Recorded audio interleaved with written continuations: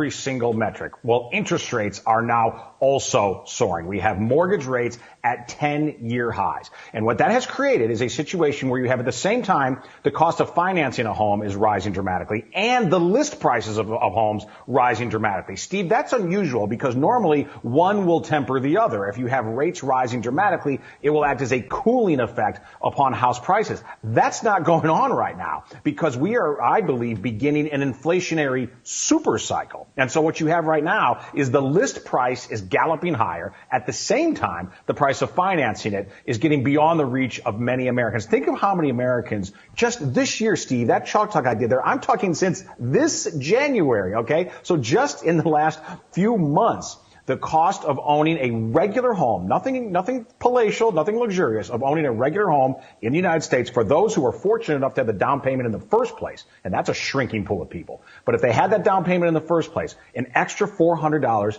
every single month. Think of how many working class people, how many young people, how many aspirational strivers out there have now been priced out of home ownership by the policies of Joe Biden. This is a created crisis, and he is slamming the door shut on home ownership. And here's the thing, Steve. I wish I could say that this is all just, bad policy choices and all just an accident, but I'm not so sure about that because I'm going to be really cynical here and say that, you know what? The Davos set, the ruling class, the BlackRocks of the world who are now deeply involved in individual housing in the United States, single-family home residences in the United States, they might be just fine with the way things are panning out right now. And this may be very much by design that they want and they are pursuing with abandon a society of serfs rather than an ownership society where economic and political power is diffused throughout a free republic.